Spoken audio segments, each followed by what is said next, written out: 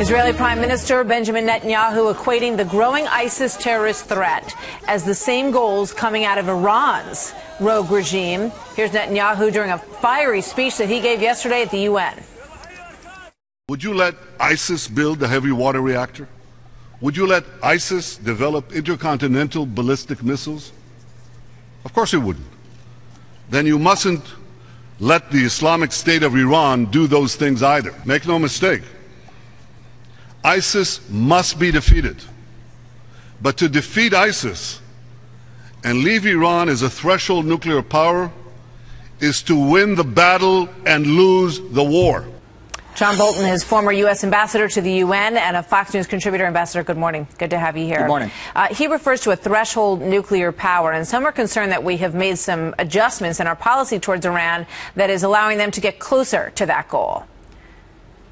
Well, of course, the administration for 6 years has been desperate to have a negotiated settlement with Iran, and in the past year in particular has made one concession after another in their desperate search for a deal. I think the only reason we haven't reached a deal, despite the flurry of negotiation, is because Iran senses there are more concessions that the Obama administration is willing to make, and why not get as many as you can before you finally sign? It's a huge danger. Israel feels it acutely, but we shouldn't feel distant from this threat. Once Iran gets nuclear weapons, given its role in international terrorism, I think we are equally vulnerable. And clearly, Benjamin Netanyahu is concerned that the ISIS situation has, created a situation where people are taking their eye off the ball in Iran. Yeah, I mean, I think we've got multiple enemies in that part of the world. I thought the important point that Prime Minister Netanyahu was making was the ideological similarities between ISIS, or the Islamic State, Hezbollah, Hamas, the regime in Iran itself, which has been the world's central banker of terrorism on an equal opportunity basis since 1979. They are all motivated by an extremist ideology. There are obvious differences. They're at war with each other in some cases, but they're all at war with the West. Bill was talking to K.T. McFarland earlier, and she has suggested in the past that, sort of a turn to Iran for help in this situation with ISIS may be what happens down the road. Not recommending it, certainly, but saying that that may be where this goes. What do you think?